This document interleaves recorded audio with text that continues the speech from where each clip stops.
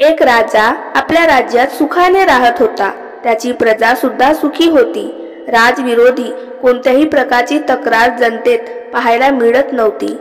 असेच एक दिवस राजा स्वतःची कुंडली पाहत होता आणि कुंडली पाहता पाहता त्याच्या मनात एक विचार आला की आपण ज्या दिवशी जन्म घेतला असेल त्या दिवशी या जगात बाकी लोकांनी सुद्धा जन्म घेतलाच असेल, पण बाकीचे लोक माझ्यासारखे राजा का बनले नाही? आणि तो या प्रश्नाचा विचार करायला लागला. तो अस्वस्थ झाला होता आणि त्याने लगेच दुसऱ्या दिवशी त्याच्या सर्व मंत्र्यांची सभा बोलावली. राजाचे असे अचानक बोलावणे ऐकून सगळे भयभीत झाले आणि दुसऱ्या दिवशी सभेत लगेच हजर झाले. दुसऱ्या दिवशी संपूर्ण सभा मंत्र्यांनी भरली होती. तेव्हा राजा त्याच्या मनात आलेल्या प्रश्नाला सभेत मांडले. त्याने सर्व मंत्र्यांना विचारले की जेव्हा माझा जन्म झालेला असेल तेव्हा राज्यात किंवा जगात बऱ्याच लोकांचा जन्म झालेला असेल, मग माझ्या जन्माच्या वेळी जन्मलेले व्यक्ती राजा का बनले नाही? कोणत्याही मंत्र्याजवळ या प्रश्नाचे उत्तर नव्हते. तेव्हा सभेतील एक वृद्ध व्यक्ती राजाला सांगितले की राजा, आपल्या या प्रश्नाचे उत्तर जंगलात एक बाबा राहतात, ते देऊ शकतात. राजाने क्षणाचाही विलंब न करता जंगलात धाव घेतली आणि तो जंगलात त्या बाबाच्या शोधात गेला. बरेच दूर जंगलात गेल्यानंतर त्याला ते बाबा दिसले. ते बाबा कोळसे खात होते, पण त्याला त्याच्या प्रश्नाचे उत्तर हवे होते, म्हणून ते बाबा जवळ गेला आणि त्याने त्याच्या मनातील प्रश्न बाबांना विचारला. तेव्हा बाबांनी त्याला सांगितले की माझ्याजवळ तुझ्या या प्रश्नाचे उत्तर नाही आहे. हे ऐकून राजा निराश झाला, पण बाबाने त्याला सांगितले की याच्या जंगलात समोर आणखी एक बाबा राहतात, त्यांना जाऊन विचार, त्यांच्याजवळ तुझ्या प्रश्नाचे उत्तर भेटून जाईल. राजा लगेच त्या जंगलात समोर दुसऱ्या साधू बाबाच्या शोधात निघाला.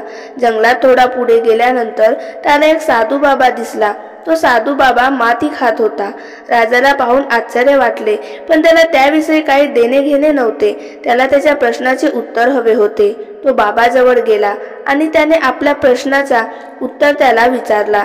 तेव्हा त्या बाबाने सुद्धा त्याला सांगितले की या प्रश्नाचे उत्तर माझ्याजवळ नाही, पण तुला जर उत्तर पाहिजे असेल तर शेजारच्या गावात एक विद्वान व्यक्ती राहतो, तो सर्व काही जाणतो, त्याच्याजवळ जाऊन हा प्रश्न विचार. तो विद्वान त्याच्या जीवनाचे शेवटचे काही क्षण जगत आहे. लवकर गेलास तर तुला प्रश्नाचे उत्तर मिळेल. राजाला या सर्व गोष्टी ऐकल्यानंतर राग आला होता, पण काय करणार, त्याला त्याच्या प्रश्नाचे उत्तर हवे होते. त्याने जवळच्या गावाकडे धाव घेतली आणि गावात पोहोचला. त्याने गावात त्या व्यक्तीविषयी विचारले. तेव्हा राजाला लोकांनी त्या व्यक्तीजवळ पोहोचवले. राजा त्याच्या जवळ गेला आणि त्याला मनातील प्रश्न विचारला. तेव्हा त्या व्यक्तीने राजाला प्रश्नाचे उत्तर देताना सांगितले की मागच्या जन्मात आपण 4 भाऊ होतो आणि चौघे एकदा एका जंगलात रस्ता भटकलो होतो आणि आपल्या जवळील खायच्या वस्तू सुद्धा संपायला आल्या होत्या. आपल्याजवळ थोडेसेच पीठ शिल्लक होते, ज्यामध्ये फक्त 4 भाकरी झाल्या होत्या. तेवढ्या आपल्याजवळ एक भुकेला व्यक्ती आला होता आणि त्या आपल्याजवळ अन्नाची मागणी केली होती, पण आपल्यापैकी मोठ्याने त्या व्यक्तीला असे म्हणत दूर केले की तुला मी ही भाकरी दिली तर मी काय कोळसे खाऊ का? तसेच दुसऱ्याने म्हटले की तुला भाकरी दिली तर मी काय माती खाऊ का? मी सुद्धा त्याला नकार दिला होता, पण तुम्ही त्याला तुमच्या हिश्श्याची भाकरी खायला दिली होती आणि त्याने तुम्हाला आशीर्वाद देऊन तो तिथून निघून गेला होता. आता राजाचा त्याच्या प्रश्नाचे उत्तर मिळाले होते. त्याला कळले होते की केलेल्या चांगल्या कर्मामुळे तो आज त्या ठिकाणी होता. तर या गोष्टीवरून आपल्याला शिकायला मिळते की कर्माचे फळ हे मिळतेच, ते चांगले असो की वाईट. म्हणून आपल्या हातून चांगले कर्म होतील असे काम करा, कारण कर्माचे फळ एक ना एक दिवस नक्की मिळेलच.